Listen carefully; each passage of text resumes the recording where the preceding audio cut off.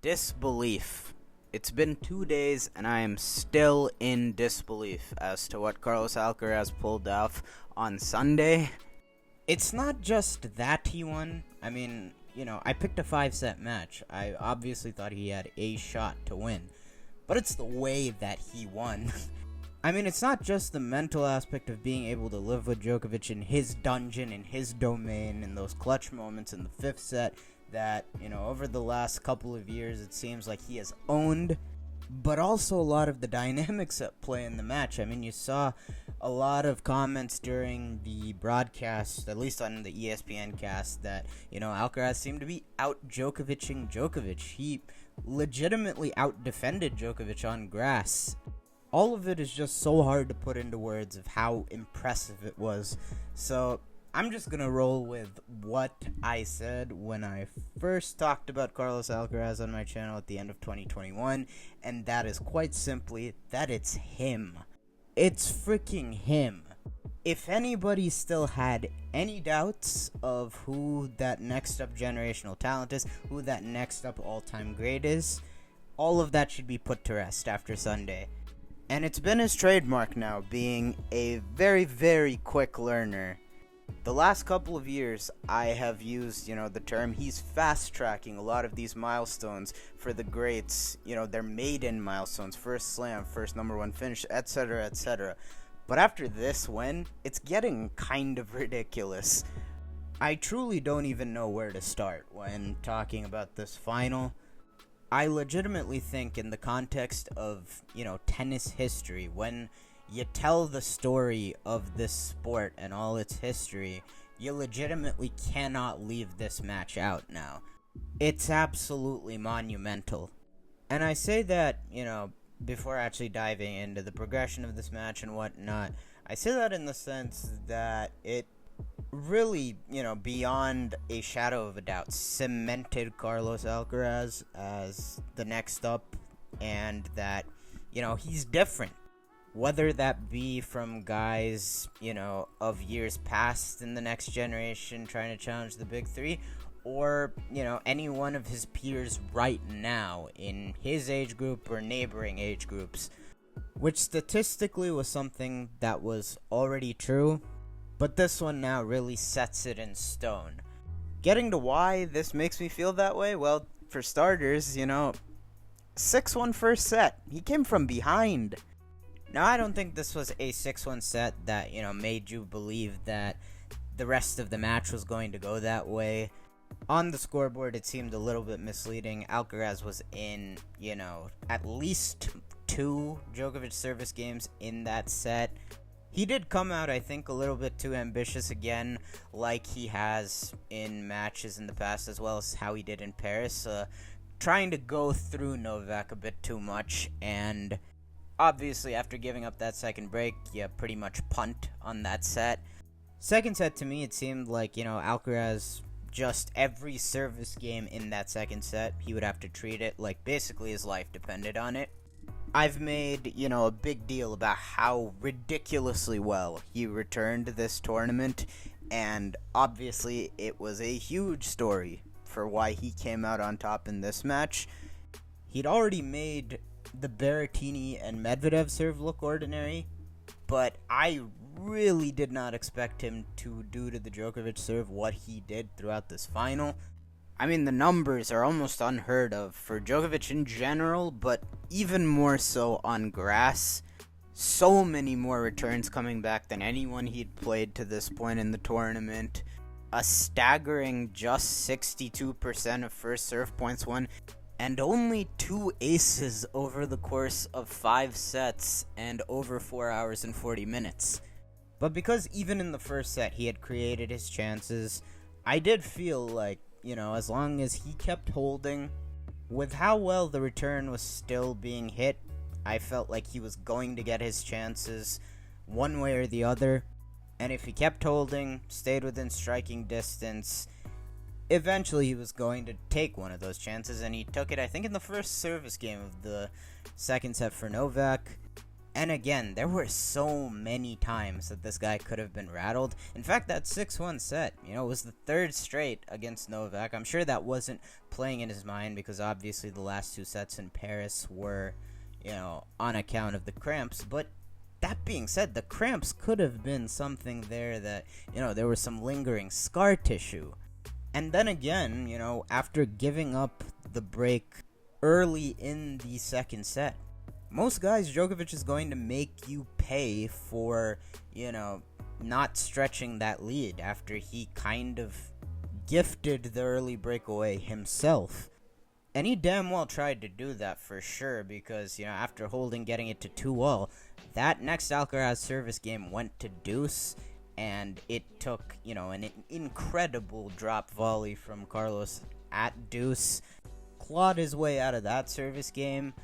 And from then on, that second set was straight attrition. To that point, I think Alcaraz's serve had been under siege what felt like, damn near every service game. But after getting out of trouble in, a moment where the match kind of hung in the balance at 2-all there, from that point on, for the most part, it was, the Djokovic serve under siege a lot more. He was having to work considerably harder pretty much the rest of the way in his service games. And then again, Alcaraz found himself in trouble once they got to the breaker. Obviously, Novak got out to the 3-0 lead. The fact that they got to the tiebreaker in the first place, you're kind of getting that feeling where it's like Tiebreakovic has got him right where he wants him. Got out to an early 3-0 lead in the breaker. And overall, I kind of felt like it was a little bit of an uneven serving performance from Alcaraz in this one, where the serve blew hot and cold a lot. But for the most part, when he was, in trouble or when he needed the free point, the serve came up huge. 0-3 in the breaker. I think it was the serve that saved the day. There was at least one ace in there, got those 2 points back. Djokovic hit a drop shot into the net the next point to give back the mini break advantage. After that, serve held true all the way to 5-6 with Alcaraz serving. Well played stuff from both guys in that span. But that's the moment that, Djokovic will really rue those 2 backhand misses that obviously he made note of in the post-match presser. You just do not see Djokovic make those mistakes, of late at least, in those crucial moments. He's the guy that, really puts that suffocating pressure on, and usually it's most often the backhand that's the last shot to buckle. And those were moments where, Novak potentially could have slammed the door shut. 2 sets to love down. It's hard to see a way back for Carlos from that point. But, in that moment, you learn even the great Novak Djokovic is human.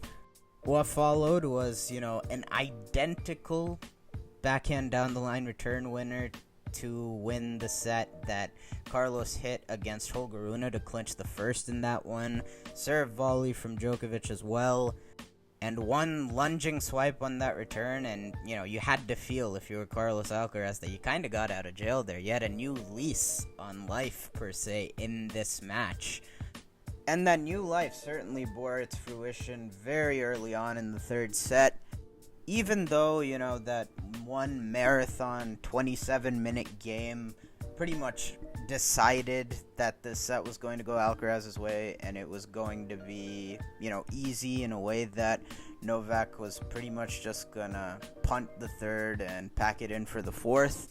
Pretty early on, it seemed like, there was a bit of a hangover for Novak from set number 2. This one was easily the worst set, from Djokovic's side. A lot of gifts. He ended up losing his serve the first game of the set. And really from that point, you got the feel, like you did really in that Australian Open 2020 final, where Novak kind of went on a walkabout there for pretty much the entire third set. That wasn't necessarily the case here, I thought he came out a bit lackadaisical in the third, just off, momentum being on Alcaraz's side after that second. Obviously, given how long and drawn out that 3-1 game was, he did still try to stay within striking distance in the set, but there were, a boatload of chances there to finish that game off for Novak earlier. Same can be said for Carlos, obviously, both of them had plenty of opportunities within the game, but Djokovic, had them earlier, and he could have finished that game earlier. There were a couple of unforced errors there. But to Carlos's credit, it was really from this point, even the second set, there was a little bit too much, I think, of trying to go through Novak. Once we got to the third set, there was a whole lot more margin going on as far as the Alcaraz game plan. It was from this point, really, where you got to see more of Alcaraz giving Djokovic a bit of his own medicine. He just kept putting extra ball after extra ball back in play. There was a lot more of, what I mentioned in the preview, varying the height and getting Djokovic stretched out wide with the forehand rather than trying to blast through him. And that definitely played a factor in extracting, a lot more uncharacteristic unforced errors out of Djokovic. But once he was broken in that marathon game, I think everybody knew that set was curtains. Expended a great deal of energy in that game. He was probably just going to try and conserve his energy and regroup for the fourth. But you definitely knew he was going to lock back in once set number 3 was done. And he most certainly did that. At the end of set 3, I don't say this lightly. I'm very aware of, Djokovic's history in these situations. But I felt like, if Alcaraz kept playing at the level that he was, it would be wraps, potentially in 4. I felt like, Novak was going to definitely make him earn it. You knew it in the fourth. He was going to pull out all the stops. But even so, Alcaraz did have some openings early in the fourth. For the most part, they were saved with clutch, courageous play, the typical Novak Djokovic under pressure package. And then after surviving those opening 2 service games where, he was under pressure, really felt like there was a big dip in the Alcaraz serve the rest of the set. Only served 55% first serves in during this set, and obviously going big on the second serve had been working for him all tournament. Also worked for him in this final till that point. But he started missing a lot more of those big second serves in this fourth set in particular. And I would say, honestly, even in spite of the 6-1 set in the first, this is the best set Djokovic played because he really made Carlos pay for the amount of second serve looks he was getting. Won 12 out of the 17 second serve looks he got in the set. Couple costly mistakes at net from Carlos Alcaraz in the game where he was broken at 2-all. And that was pretty much all she wrote. It was inevitably headed 5 after that. And then I can't praise this 5th set enough. This was as perfect a set as Carlos Alcaraz could have played. And it's all the more impressive given the circumstances. Right from the first game with Djokovic serving, it seemed like Alcaraz made it a point to get the urgency up after he had, kind of eased off the gas pedal at the end of the fourth. From 30 love, he hit 3 winners in a row, got himself a look at break point, made Djokovic play another deuce with another electrifying pass. Even though Novak ended up holding in that game, it seemed like Carlos got his message across, got the crowd involved again, and made it seem like he'd fully locked in again. But that being said, at that point, Novak, since 1-2 in the fourth, had only conceded the 1 game, and in the first Alcaraz serve game of the 5th, he stuck to his script. The typical Djokovic in these situations, batten down the hatches and really try to apply the pressure to snuff out your opponent early. And in this game, it was the Alcaraz trademark in the dropper that had been more faulty than we're accustomed to, both throughout the course of this match to that point, as well as throughout the tournament. But that dropper is his thing, and it's been established. He's just never going to back down from hitting it. And in this case, boy, did it stand up and show out. Love 15, mid-rally, he hit a cold forehand dropper winner. 15-30, a super courageous serve volley attempt that saw Carlos cut a super high degree of difficulty short backhand volley that was as good as a winner. And then, of course, we gotta talk about 30-40. As Djokovic mentioned post-match, in addition to those two backhand misses in the second set breaker, this is the other one he would want to have back. They got into a rally that turned into one of those backhand-to-backhand exchanges, which, again, Alcaraz's backhand in this match held up unbelievably well. This is one of the best backhand matches, if not the best, I've ever seen from Alcaraz to this point. I thought backhand-to-backhand would be firmly in Djokovic's column, but that wing held up just fine for Alcaraz. Ultimately, in that rally, he ended up ripping one up the line, got Djokovic on the run. Novak's response, though, was a really nice short angle cross off the forehand. And Alcaraz, off his own forehand, unloaded on that one, but the ball was way too central. And it seemed like at that point Djokovic had him at the mercy, a lot of open court to work with, which he hit into. And just an unbelievable get from Carlos Alcaraz. Nobody else on tour is probably recovering from that position, but he had a really nice sliding backhand slice that stayed pretty low. Djokovic hit a great approach, hit behind him, he had to throw up a lob, and this ball, to me, should have been an overhead. I know Djokovic said that he felt the ball held up in the wind and he thought he would be best served going with the drive volley, but it was like a fading backswing volley. He wanted to hit behind him because he saw Alcaraz sprinting to cover cross, and of course Novak ended up netting it.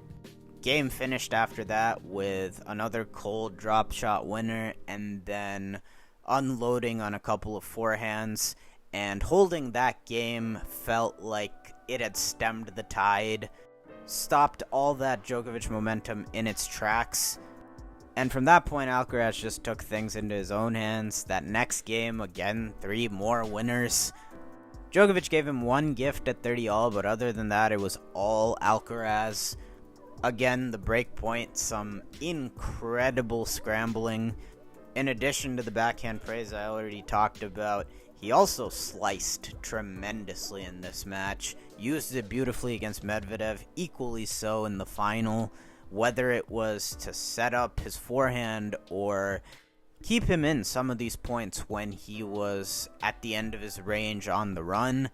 The penultimate shot of that break point, actually, Djokovic was unable to get enough behind his approach shot off another really low-staying Alcaraz slice.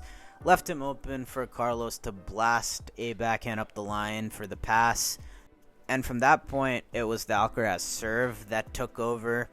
Much like when the finish line was in sight in the US Open final against Ruud last year, it was the Alcaraz serve that really showed up. That one, it felt like he really needed it because it seemed like fatigue was kicking in there. Not as much the case here. I think Alcaraz had plenty left in the tank, but obviously you knew that Djokovic wasn't going to go down easy. But for Carlos's cause, his level of serving really made things a whole lot easier with the finish line in sight. Followed up the game where he broke with pretty much 4 straight service winners / aces. I think really the serve earned him those 2 service games after to get 5 games on the scoreboard. Novak, of course, kept it to the single break, and then that 5-4 game serving out the match. If you ask me, that service game at 5-4 is one of the most ice-cold moments I've ever seen in any sport. Again, never gonna veer away from hitting the dropper, even in the tight moments, but on the first point of that game, he missed it. Went down love 15, and he goes to it again. And Djokovic got to it, poked it deep, and as far as I could remember, up until that point, Alcaraz had not executed a single successful lob attempt. At least that's what it felt like. And here he was, in the most critical of moments, goes to the dropper again, and then executes the dropper lob combo to absolute perfection. Mythical stuff, really. And then he followed it up with just a ridiculously good stab, lunge, drop volley winner off the backhand, off of one of those trademark dipping, sliding, open stance backhand passing shots that have given everybody hell over the years. And he does that to give himself 30-15 serving for the Wimbledon title. 30-all, you got a service winner, and then match point, another big serve, setting up the 1-2. Winning combination for Alcaraz, drawing a forced error. Game, set, match. He's Wimbledon champion. Absolutely unbelievable. In so many different ways at that. It would have been one thing if Alcaraz just came out and played a flawless masterclass of a match, won in like 4. But to do this, first off, breaking the 10-year-long Djokovic center court streak, the 5-year almost long Wimbledon streak in general, and also to break the 15 tiebreakers in a row streak. I mean, I'm running out of superlatives with it. Again, doing it out defending Djokovic, actually, giving Novak a lot of his own medicine, and coming out on top against Novak in crunch time. It's absolutely a legendary win. And as I said before, he has made it a habit early in his career to fast track his ways to a lot of these milestones. But even for him, this is crazy. To come back 1 month later, after really his mind, and by proxy his body, had let him down in Paris, there was absolutely no reason to believe that playing to that point just his 3rd and 4th career grass court tournaments in Queens and this year's Wimbledon, that he could pull something like this off. That too on what was supposed to be his worst surface. Truth be told, at this point, can anyone definitively say what's his best or worst surface? But anyways, there was no reason to think he was going to get vastly better on grass, period, when he'd put in an okay Wimbledon showing last year already. That too after the first real setback he's endured on court to this point.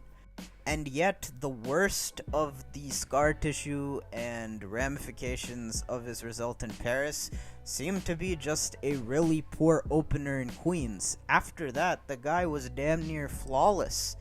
And, over the course of this entire grass court season, really, there's nothing to be said but to just tip the cap. He beat a lot of competent grass courters, and lastly, he stared down the guy who has become the final boss on this surface in recent years, and ended his longest and best ever reign at the tournament, doing so out-clutching and outplaying him in a final of absolutely immense quality. You really couldn't even dream this up. And doing it the way that he did, I don't know if it's necessarily a passing of the torch, because I think Djokovic has still got plenty of time at the top left, but it definitively stamps Carlos Alcaraz as legit. There's nothing left to be said. This one pretty much books it, that health permitting, we can all sit back and enjoy this guy and the type of legacy he creates over the next 15 years or so, because beyond any shadow of a doubt now, he is a special generational player.